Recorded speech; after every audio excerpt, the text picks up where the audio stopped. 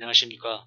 이 영상은 기계공학 일반 3주-1교시 파일명이며 25분 이상 진행됩니다. 마지막에 과제물이 나가고요. 과제물 파일명은 5-학번으로 해주시길 바랍니다. 자, 오늘은 유공학입니다. 자, 처음에 나오는 게 유공업이 뭔가? 유공업이란 무엇인가? 유공업이란 것. 유공업에는 유체와 공기에다가 압력을 가한 겁니다. 압축성 유체의 생성. 압축성 유체는 압력에 따라 특성값이 변하는 게 압축 유체의 생성, 제어. 여기다 힘을 가할 건가, 아니면 속도를 이용할 건가, 방향을 이용할 건가. 전송을 다루는 기술입니다.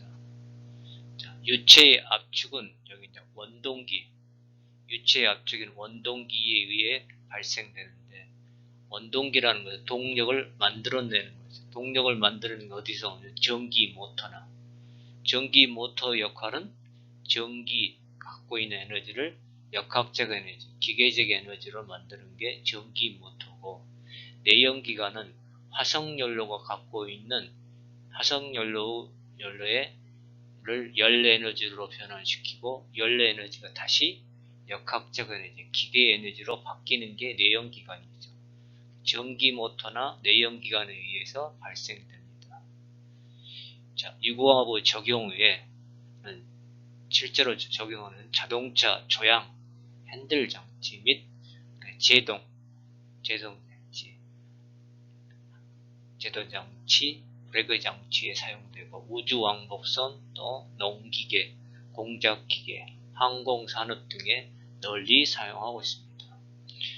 자, 유공업 시스템의 에너지 변환입니다. 아까도 이번 2줄에서 나온 것처럼, 자, 유공업 시스템의 에너지 변환. 자, 아까 전기 에너지를 모터에 의해서 기계적 에너지로 바뀌고, 내연기관은 화석연료가 갖고 있는 열 에너지를 기계적 에너지로 바뀌는 게 내연기관입니다. 거기에다가 유체에다 에너지를 부여하죠. 그게 바로 유체 에너지입니다. 펌프나 컴프레서, 그걸 다시 기계적 에너지, 액추에이터가 하는 게 작동기입니다. 자, 유체는 액체 플러스 기체를 말하는 거죠. 액체, 유압, 그 다음에 기체. 자, 유압, 유체가 갖고 있는 압력이죠. 동력 전달의 매체로 오일을 사용하고, 작동 매체, 작업 유체의 강성이 크므로 대용량의 부하를 고속이나 또 제어, 정밀도로 구동이 가능합니다. 공압은 유압에 비해서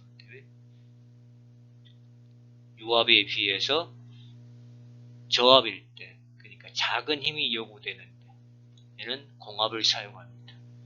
기계장치에 사용되며 제작 및 운동이 저렴하고 장점을 갖고 있다. 자, 유공압의 장점이 나옵니다. 자, 동력의 증폭이 쉽다.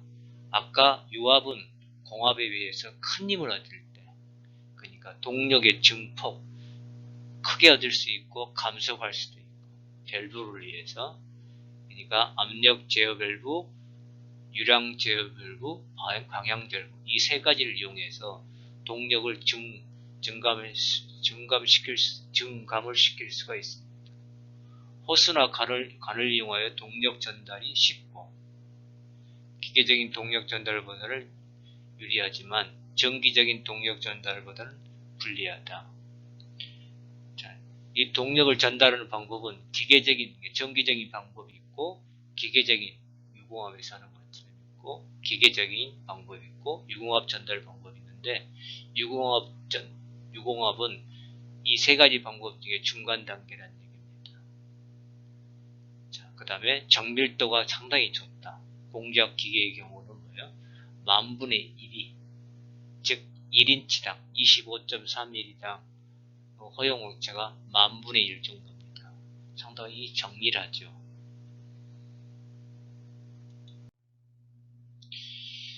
자, 주로 응용되는 것이 뭐냐면 여기 이제 유압에 우리가 톱을 이용했을 때 이것은 전기 동력, 전기 모터가 유압을 발생시켜서 이게 이 체인에는 톱니바퀴를 돌리는 거죠. 가솔린 엔진에 작동하는 톱보다는 가볍고 우리가 작업자의 힘이 적게 든다는 얘기죠. 신뢰성이 있고 아주 조용하다는 얘기죠. 로봇 만능팔, 만능손.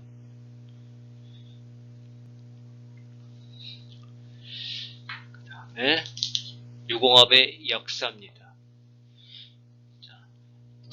산업혁명 이전, 전기기관 개발 이전까지는 우리가 대부분 노동력이 사람의 손 아니면 수차, 물레방아, 단순한 유체기계를 이용했죠.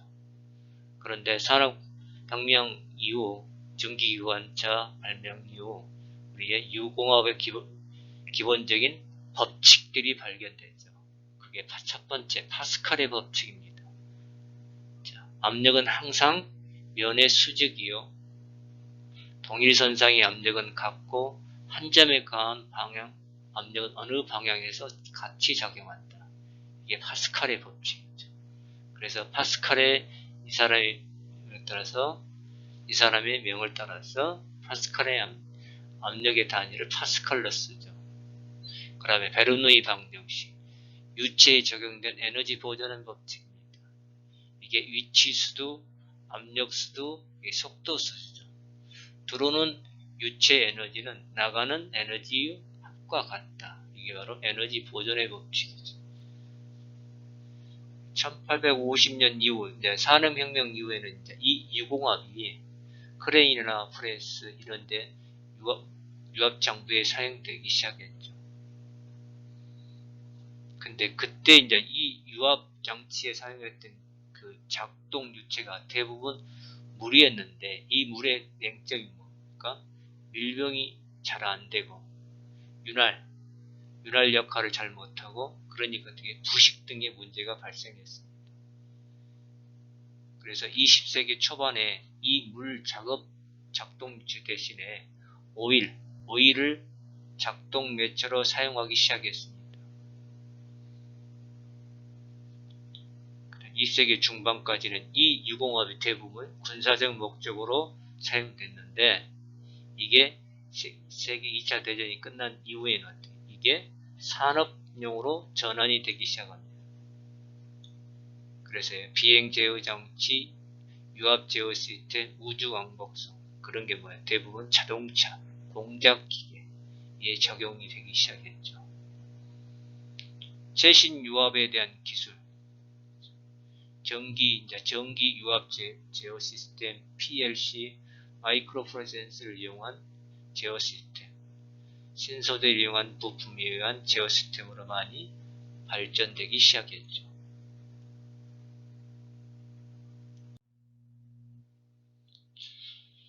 아까도 나왔지만 유공압의 이점이 있습니다. 유공압의 이점.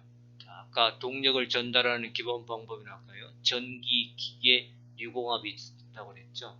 전기가 가장 안전하며 신속하고 응답 속도가 빠르고 그 다음에 유공압이고 마지막에 기계라고 했습니다. 구동 시스템을 어느 것으로 선정할 것인가는 어떻게 된다? 그때의 경제적, 기술적인 측면에 의해서 아니면 설치 여건에 따라 결정해야 합니다. 유공압의 이점, 제어가 용이하다. 그 다음에 정확성, 신뢰성이 뛰어난다. 기계에 비해서요. 레버나 푸시 버튼에 의한 밸브 작동으로 시스템을 쉽게 가동, 정지, 가감, 속도를 시킬 수 있습니다. 주로 여기가 항공기의 밴딩 기어 유압 작동 장치. 힘의 증폭, 힘을 크게 할 수 있다. 파스칼의 원리에서 직경 변화를 시키면 힘을 배가시킬 수 있고 감속시킬 수도 있다. 밸브를 통하여 효율적으로 매우 큰 힘을 증폭하는 것이 가능하다. 또 한 가지, 일정한 힘과 토크를 할 수가 있다. 일정한 힘. 자, 면적 아까도 면적을 조절하는 피스톤의 직경을 변화시키면 일정한 힘을 작용시킬 수가 있습니다. 작동기의 작동 속도에 무관하게 일정한 힘 또는 토크를 발생시킨다. 토크는 이제 우리 회전력이라고 합니다. 근데 전기 모터나 내연기관은 일정한 회전 속도에 따라 발생 토크가 변한다. 우리 회전 속도가 이제 각 속도를 말하는데 따라 발생된 토크가 변하게 됩니다. 그 다음에 동압의 이점이 단순하다. 그러니까 제어가 편하다.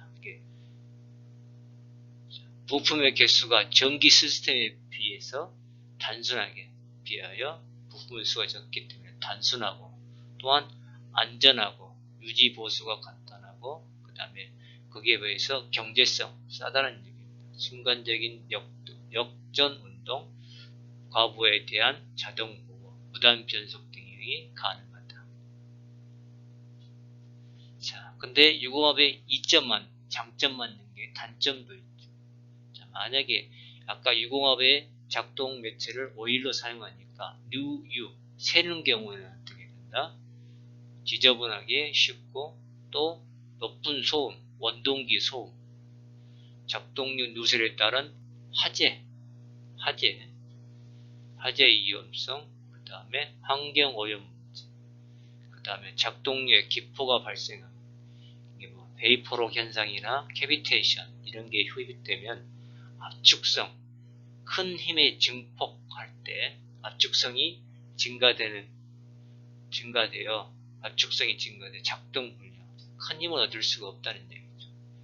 그 다음에 마찰에 의해서 온도가 상승하면 이 아까 작동 매치 오일에 점성 변화가 생겨서 변화에 성능 변화 등이 생길 수가 있다는 얘기입니다.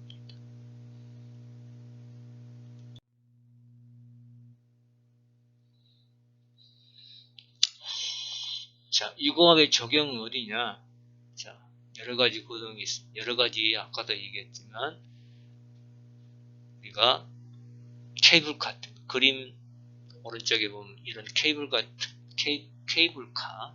아니면 농기계 우리가 그 다음에 청소기계 그 다음에 용접 자동화 그 다음에 산업용 리프트 트럭 대형 트럭 이런 데 계속 로봇 만능 팔 같은 게 이용될 수가 있습니다.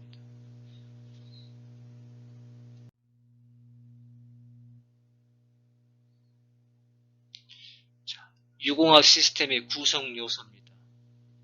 유공압 시스템의 구성 요소. 유공압 시스템의 구성 요소는 자, 대략 6가지가 있습니다. 자, 작동류가 저장되는 오일 탱크, 유압류를 저장하는 거고, 그 오일 탱크 작동류를 끌어올리는 데 쓰는 거에 펌프죠. 탱크에 저장된 유압류를 흡입 끌어올려서 토출하는 기. 그걸 유압 펌프가 오일을 끌어다가 원동기에 집어넣어주죠. 원동기는 아까 전기 모터나 내연기관, 유압 펌프를 구동하는 전기 모터나 내연기관.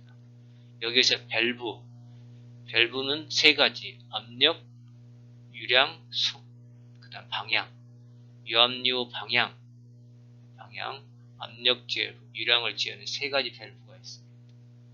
거기에서 우리가 필요한 힘의 일의 크기, 속도, 방향을 원하는 것 중에 하나를 선택해서 작동기, 액추에이터로 보내죠. 유체가 갖고 있는 에너지를 기계적 에너지로 바꿔주는,로 변하는 기능이죠. 그 다음에 아까 오일 탱크, 유압 펌프, 원동기, 밸브 사이사이에 뭐예요? 유압 라인이 있습니다. 유체 에너지를 전송하는 기능이죠. 공압 시스템도 비슷합니다. 공기 탱크는 아까 오일 탱크와 마찬가지고, 자, 압축기는 압축해서 보내는 거, 유압 펌프나 마찬가지고, 원동기 밸브, 액추에이터, 공합 라인이 있습니다. 자, 유압 시스템과 공합 시스템 한 가지 다른 점은 유압 시스템은 이 순환 장치, 사이클을 이룹니다. 작동 유체가 계속 순환하지만 공합 시스템 공기는 한 번 사용하고 다시 교환하지 않고 어떻게 돼요? 대기 중으로 돌려보내는 겁니다.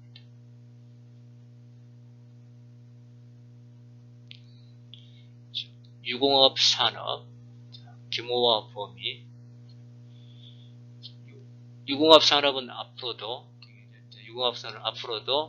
전망성이 굉장히 뛰어난 자동화에 의한 PLC나 마이크로 컨트롤 등이 결합되어 유공업 시스템의 설계 개발의 발전의 여지가 풍부하죠.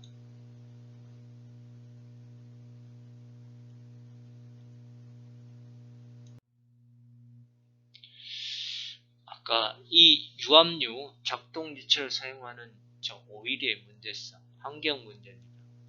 자, 그게 누설되는 경우 생분해성 유압류, 그 누설 문제를 개발하기 위해서 분해성, 현재 사용되고 있는 유압류는 원유를 기반으로 해서 되겠으므로 누설에 따른 환경 문제가 심각해지고 폐유를 어떻게 처리할 건가 사회적인 문제가 됩니다.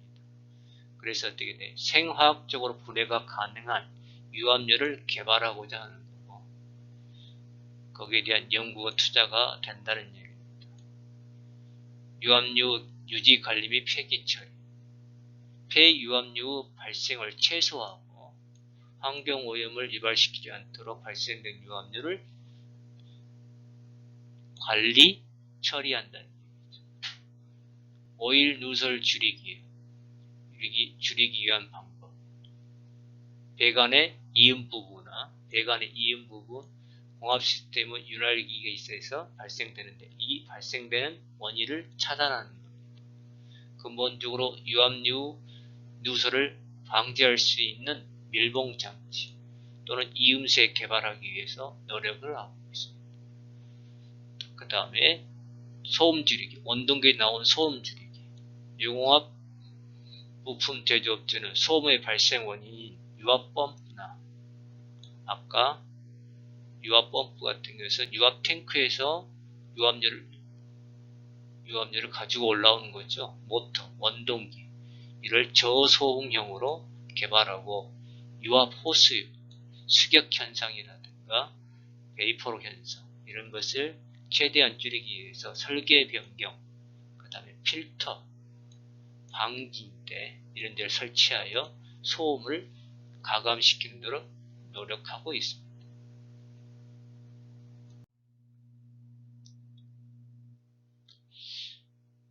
두 번째, 유압류의 물리적 성질입니다.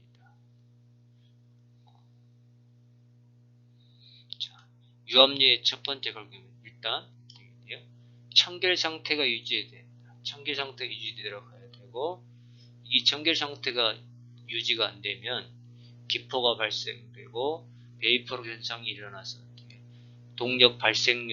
큰 동력 발생률이 떨어진다는 얘기죠. 밸브의 간극을 막거나 밸브 자체를 파손시키는 원인이 되고 결국은 이런 게 파손되면 뭐야? 누설이 생기면 환경 오염이 생기고 이런 게 발생한다는 얘기입니다. 유압 시스템의 성능에 대한 큰 영향을 미칩니다. 그래서 기본 오일에 첨가제를 넣어서 청결제, 소포제, 그 다음에 난포성 이런 것을 첨가시키는 거죠. 자, 유압류의 기능, 아까 동력을 전달한다, 작업 유치기 때문에 또한 윤활, 마찰을 줄인다. 또한 이음새, 관과 간 이음새 같은 게 밀봉, 기밀 를 유지하여 유압류 누설을 방지한다. 이런 것은 점성이 좀 있어야 합니다. 또한 냉각 역할도 합니다. 유압 시스템에 발생되는 열을 스스로 냉각 효과가 있고 또 한 가지 청결 역할도 합니다. 소포성도 있어야 되고 자, 여기 유압류가 가져야 할 성질 우수한 윤활성, 마찰을 줄여둬야 한다. 이상적인 점도가 있어야 한다. 점도가 없으면 어떻게 될까? 밀봉, 기밀을 유지하기 힘듭니다. 화학적으로 안전하게 돼. 화학적으로 안전하면 그러진 않죠. 관을 부식시킨다든가 그런 게 없어야 돼요. 화학적인, 환경적인 안정성. 그 다음에 시스템 재질과의 적합성. 재질을 부식시킬 수 있으니까 재질과 적합성. 높은 비압축성. 압력에 따라 특성값이 되도록이면 변하지 않는가. 난연성. 그러니까 여기 화재의 위험을 줄여둬야 한다. 그 다음에 열절달 능력. 그러니까 이거 냉각 역할이죠. 낮은 밀도 변화, 낮은 밀도에 가벼워져야 이송이 편하고, 소포성, 기포가 잘 발생하지 않게 해야 되고, 그다음에 무독, 조휘발성.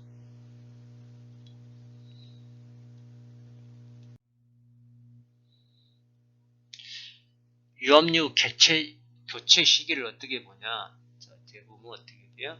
유압류 변질, 이런 오염에 의해서 점성을 보고 점도나 산도 같은 것이 증가하면 이로 인해서 유압 시스템의 성능이 저하됩니다.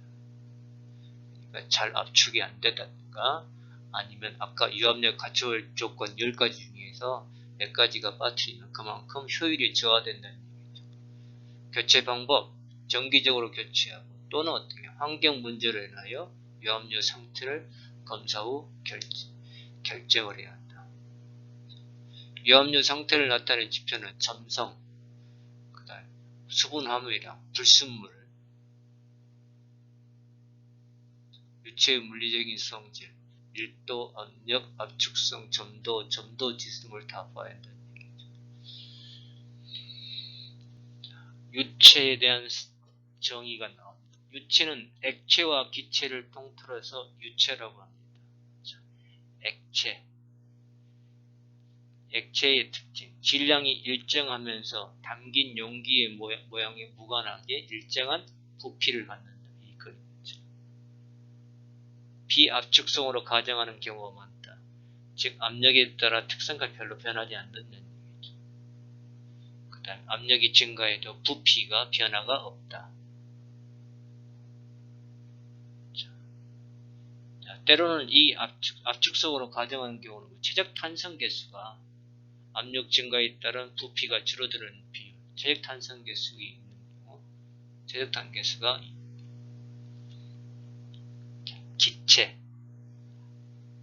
기체는 아까 압축성입니다. 액체는 비압축성인 경우가 많은데 압축이 쉽게 되어 담긴 용기에 따라 형태가 변한다. 공압은 공기를 동력 전달 매체로 사용합니다.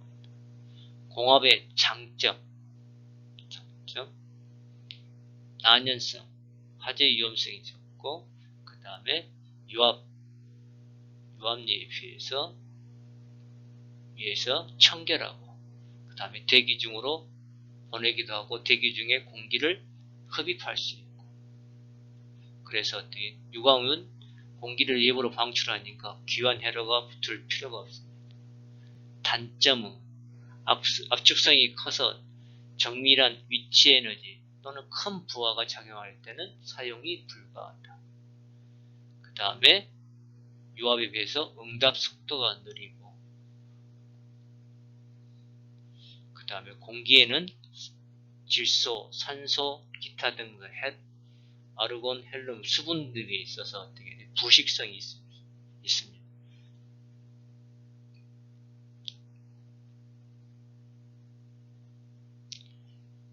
밸브와 작동기의 윤활을 위해서 어떻게 돼요? 공기 자체는 윤활 역할을 할 수가 없기 때문에 윤활유를 첨가줘야 합니다.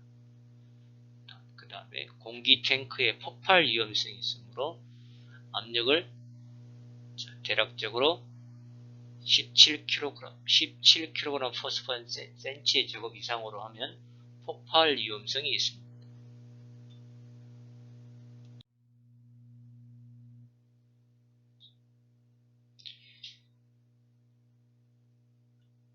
비중량과 밀도 비중입니다.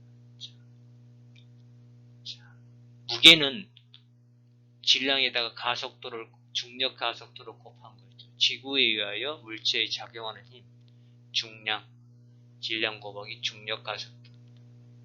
무게의 밀도 이런 거 비중량이라 하죠. 무게에다가 최적을 나눠주는 거죠.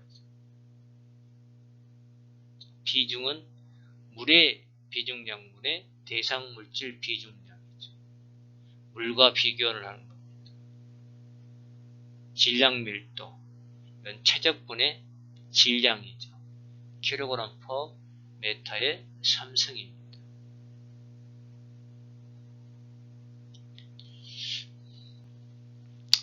그 다음에 힘, 압력, 수도입니다. 베르니 방정식을 이야기하는 겁니다. 힘과 압력.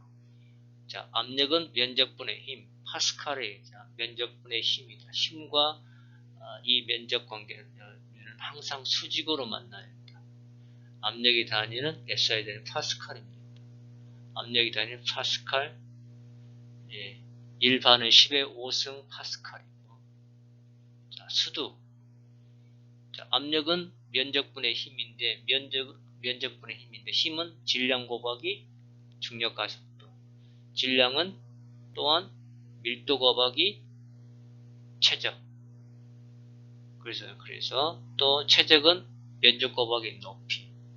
면적 없어지고 또 밀도에다가 중력 가속도는 비중량에 대해서 어떻게 압력은 비중량 곱하기 높이 h일 수 있다는 얘기죠. 자, 그러면 10cm의 물기둥에서 1cm의 저고부 밑면에 작용하는 압력은 어떻게 계산할 것인가? 그러니까 압력 계산할 때 10cm니까 이 HD는 0.1m, 0.1을 내고 비중량은 물의 비중량은 1000kg 포스퍼 cm의 1000kg 포스퍼 메타의 3승입니다. 자, 이 계산 나오네요. 물의 중량 단위라면 1000kg 포스퍼 메타의 3승 곱하기 0.1 하면 100kg 포스퍼 메타의 제곱이 되고, 그런데 1cm의 제곱 밑면에 작용하는 압력을 물어봤으니까 1m의 제곱을 1cm의 제곱으로 바꿔야 합니다. 그래서 10cm의 물기둥에서 1cm 제곱 밑면에 작용한 압력은 0.01kg 포스퍼 cm의 제곱만큼 작용한다는 얘기입니다. 자, 이번 영상은 여기까지 하고요. 이 영상의 레포트는 앞에 나와 있는 유공화부 역사에 대하여 간단하게 정리하셔서 제 메일로 보내주시길 바랍니다. 유공화부 역사에 대하여 간단하게 정리하셔서 제 메일로 보내주시길 바랍니다. 유공화부의 역사입니다. 수고하셨습니다.